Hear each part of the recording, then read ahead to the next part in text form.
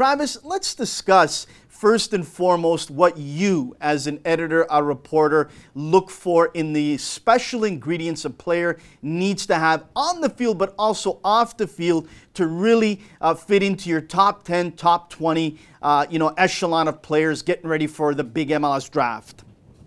Yeah, it's never an exact science from the 4 to 5 years I've been doing it because, the college game isn't like the other, major sports you have in North America where football and basketball are pretty similar in terms of your duration of season. I know it's a bit more of a grind at basketball, but, when the college soccer season is at most, you're looking at August to early December for the teams that play, and that's 4 teams that play the whole season. So there's a little bit of unpredictability that you're never going to really know what exactly will happen. But you look for guys who stand out. There's a lot of similarities to players at the college level, but you want to see the guys who do things with the ball at their feet, whose ideas are a little bit quicker, a little bit faster than maybe some of their peers are. So there can be a contrast, too, between a good, college soccer player and a guy who's ready for the next level. There's not a lot of players who step on the college field, not a lot of Kyle Lahrens out there who will, come into the league as a rookie, play as many minutes, and score goals and make an impact, play a lot of minutes. So there's so many factors that work. There's no, specific formula, but you just kind of, at times, go by your gut. At times, you got to see how players perform against the best of the best at the college level as well. Travis, you mentioned Kyle Lahrens. Obviously, a lot of people up here in Canada are very happy and proud of his accomplishments with Orlando City.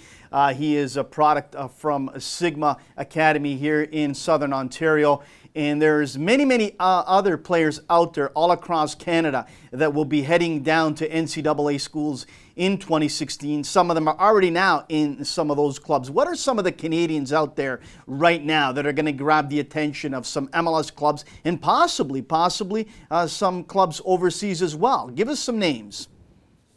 One name comes to mind, Richie Larea, who also comes from that same Sigma SC Academy. He's a guy that's been playing really well at Akron, a college team that has done very, very well over the past 4 or 5 years in producing players to the next level. He's a guy that, a little bit of a box-to-box, maybe a little bit of a tacky midfielder, but this year Akron's given him a chance to play up front, kind of as a false nine, kind of as a forward, and he's been a really dynamic player, punishing defenses for their mistakes. Finishing isn't what you would want from a guy up there, but the way that he can beat defenders, the way that he can kind of run on through balls from a split passing team like Akron, he's somebody that, I talked to scouts. He's a sophomore, so he'd have to sign a generation Adidas deal, but he's someone who I think that we could see in the MLS draft in December. So, Larea is a good example. There are a handful of kids from the Toronto FC Academy. You have Kevin Black, who's at Duke, kind of played intermittently this season, but he's a guy that has made an impact and a difference for them. I think the senior that's been the best in terms of Canadians is Callum Irving. He's the goalkeeper at Kentucky.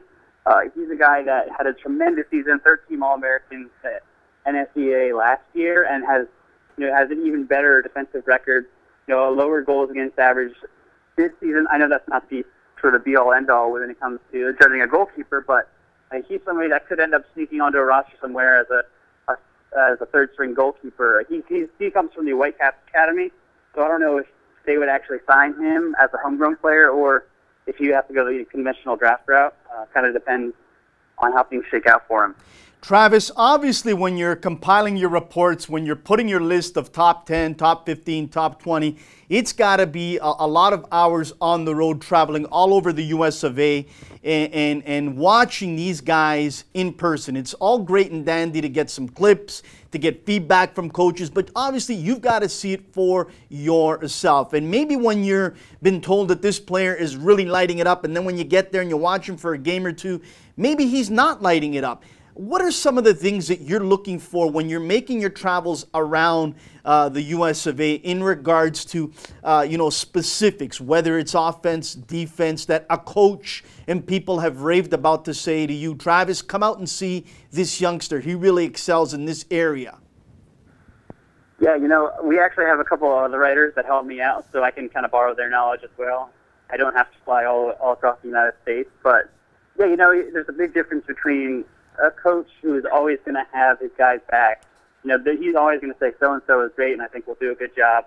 One good way to go about it, if you're not, if you're relying on other people's opinions, is you ask the opposing coaches, see what they think, kind of see their assessment, see how they game plan for a guy, because that can kind of give it a more honest assessment. It's not that coaches are being dishonest, let me clarify, but you can talk to a lot of MLS scouts too. Their teams do, it's kind of hit or miss in terms of scouting departments. I was at a game yesterday at probably about 10 MLS scouts that I saw, a head coach and a couple of assistant coaches I recognized. But I like seeing players, obviously, for myself. And honestly, a lot of the times people are paying closer attention to college soccer around the NCAA tournament, and that's when you get the ugliest soccer, because the result is so important to these programs and these teams. And then you have a little bit more of a direct approach, teams changing up their game plan, doing stuff a little bit differently that doesn't let some of the best players shine and kind of show what they can do if you're looking at a regular season game. So there's a variety of ways you can get up PDL games, the USL, sort of college league, amateur league. In the summer, that kind of gets a little bit, because some of the guys that the college players going against are either semi-professional or either they're a little bit older, so they're tested against players that are a little bit bigger and more athletic. So you get a sense of, in this variety of different ways. Like I said, the abbreviated nature of college season makes it a little bit tricky at times. Travis, interesting. At the beginning of League One Ontario, which is a semi-pro league here in Ontario that I've done work for the last 2 years, specifically at the start of the season, you could see a lot of NCAA coaches, assistant coaches making their way up here. A friend of mine, Shayla Hindeman, with the Grand Canyon, made his way up here. Others from all over, whether it's Kentucky, Boston College, Creighton, on and on. They come up here early on to watch some of the action, because they're starting to see some of the youngsters making a name for themselves in Ontario. And I think that's fantastic for the young Canadian player. In your mind, honestly, Travis, is it the ACC? Is it the Pac-12? Is it the Big East? Who's producing the quality individual players right now that can step into a pro atmosphere in MLS or in Europe? Yeah, it's a good question. I think that, it fluctuates a bit year to year in terms of a dip. The ACC is probably a little bit ahead of the rest of the pack at this point. They don't have Maryland anymore, but programs like Wake Forest, Clemson, North Carolina is always consistent, always producing decent MLS talent. So, I would go ahead and give them sort of the nod, but it can depend on year to year. When you have, where the stronger senior classes are, can kind of lend a little bit of credence to that, because there's also the differentiation between, a good college soccer team and a program that, puts a little bit more of an emphasis on developing the player, developing the person that will sort of yield the results, yield what MLS pro teams are looking for, because at the end of the day, the coaches are looking to win games and improve their program, graduate players. Not all of them are about the development aspect of the game of the player.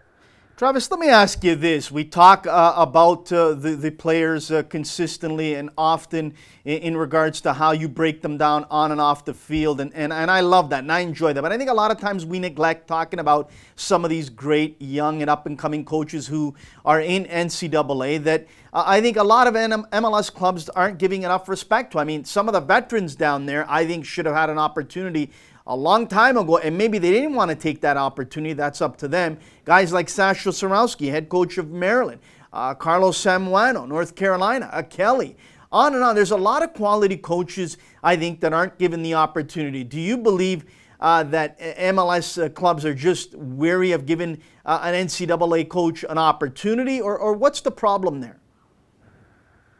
Honestly, I think it's a little bit, there's a little bit of a two-way street going on there, where you have the coaches are in a very comfortable position. There's a job security isn't necessarily going to be under threat in the same way they would be in Major League Soccer. You don't make a ton of money, but you can make money off of your salary, and then you host soccer camps in the summer where you're scouting players, but you're charging players to attend these camps. So you make a little bit of money off of that too. So I think, MLS teams are probably a little wary. I'm a little bit critical of the league for its tendency to just sort of hand players, ex-players coaching gigs right off the bat. I would rather see a coach from the college ranks that has experience, developing players, experience, running these programs for a long time to get a look. But at the same time, these coaches they have to want the look as well. Caleb Porter was ambitious, driven, wanted to leave the college ranks, kind of climb that totem pole, whereas I think a lot of coaches find their comfort zone, and it's not that they don't want to challenge themselves, but it's just, it's a cushy gig, and you're not moving around the country, you're not out of a job in 2 years. Just as an example, an ACC program at Pitt, their coach just retired after 30 years, but he had 14 losing seasons in a row and wasn't fired. So that kind of gives you the example of the stability the college coaching gig can offer you. Travis, let me ask you this. A few years ago, Tisho Akindele, who now is with FC Dallas and really had a successful year last year and this year as well, really getting ready to play for Canada in the World Cup qualifiers. Hopefully he's on that roster. Has really opened up a lot of eyes because he didn't come from a division school. He came from Colorado Mines, if I'm not mistaken. And a lot of people, I think, now are starting to look at Division II and Division III schools to get a diamond in the rough. And I think that's long overdue. I mean, it's great to go watch all the Division I schools, but there might be some kids there that are hungry, passionate, want that shot to play pro. Are more and more MLS clubs having a look at second and third division clubs? I think there's always a tendency for coaches to be aware of the D2, D3 schools that are in the proximity to them. I don't think there's going to be some kind of rush for looking for players at that level, simply because they don't have the coaching budget. And you have a guy like Akindele who's burst onto the scene, but I think he's more the exception rather than the rule. There's not a bunch of Tesho Akindeles running around the Division II ranks. Otherwise, I think I would have confidence that MLS teams would do a little bit of a better job unearthing them. I know that you could have possibly see D2, D3 guys ending up signing with these USL teams. I know a couple plus players joined some of these new teams over the past year. The USL teams that have been springing up, but a lot of these kids too, the D2, D3 kids, will have their degree in pocket and just be happy to hang them up at the end of their career as well, or end of their college career, I should say. Travis, just before we let you go, give us some names that we can expect to hear in that first round. Let's say the top 5 guys in your mind, who you believe they will be. And then give us some long shots. Give us some guys that we need to be aware of that might sneak in there that we haven't heard of. We've heard of all the top 10, the top 15, same names over and over again. But what are some of the guys we haven't heard of that we need to really pay attention to? Nice of you to put me on the spot like that. I think the draft will be kind of the same way that it is in the past year. Like you said, there'll be players who come through the system. You expect to see in the top 5 the Generation Adidas guys, Richard Larea, should he end up opting to join the Generation Adidas class. Josh Yarrow, center back at Georgetown, excuse me. He's a very intriguing prospect, a Ghanaian kid that moved to California for high school. One of the kids that has really come on strong this year is freshman Jack Harrison, an English kid who came to the U.S. to play soccer at a private school and has enjoyed it. Basically, just a dynamic, dynamite, wide player who I think would be a top 10 sort of guy. Amongst the seniors, you got someone like Brandon Vincent. Everyone needs a left back, and you can see that Stanford.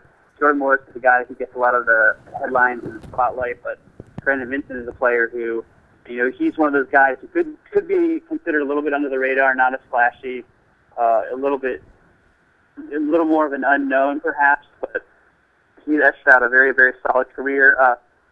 When you're looking at sort of the other under the radar guys, injuries a lot of the times can basically wreck a player's draft chances. A guy at Washington, two-way midfielder James Moberg, he's played in 6 games this year because of an injury, and I don't know if he's going to make another appearance, but the teams that have really done their research and looked through the college ranks will know to call his play. Midfielder Mel Colbeau should be an interesting guy. Son of a former French soccer player. He plays these last 2 seasons at Maryland and could end up being, a sneaky late first round, maybe second round pick, and end up, even though he's at a place like Maryland with that pedigree, I think he's a guy who could make a roster and have an impact next season.